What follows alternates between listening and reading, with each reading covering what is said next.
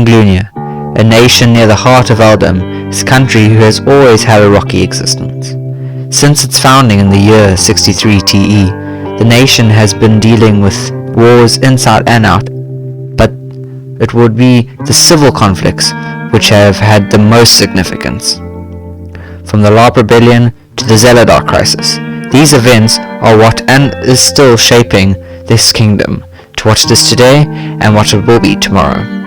But this story is a story of an event which fundamentally affected the course of Anglunian history, part of a war against a king and resulting in the death of a queen.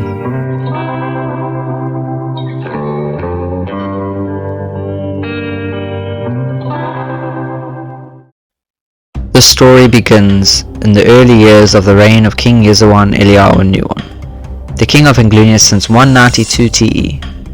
He had just defeated the evil goddess Zeladar, concluding the second Zeladar crisis in 210 TE. It was here the first signs of the king's health decline began to show.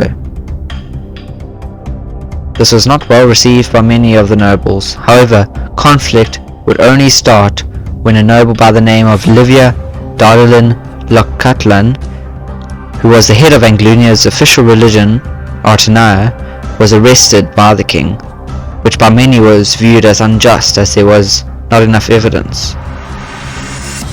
Her trial began in 217 TE, with the king himself as the judge. The direction of this trial was quite predictable, with Livya being sentenced to death. Her response to such a sentence was to have a one-on-one duel between her representative and a representative of the king. In the end, Yizawan's representative would gain the upper hand and effectively win the duel. Livya used this distraction to escape, of which she was successful.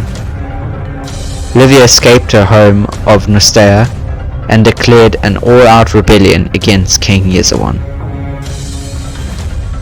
Livya began to raise an army and assembling her allies from different noble houses across Anglunia. King Yizawan did the same with his loyalists.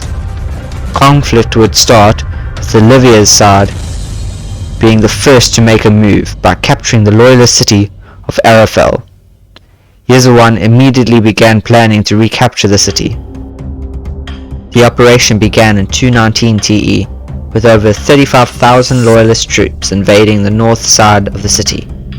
Livya's army was heavily outnumbered, as she had only been able to raise 20,000. The battle raged on, with Yizawan eventually recapturing the city.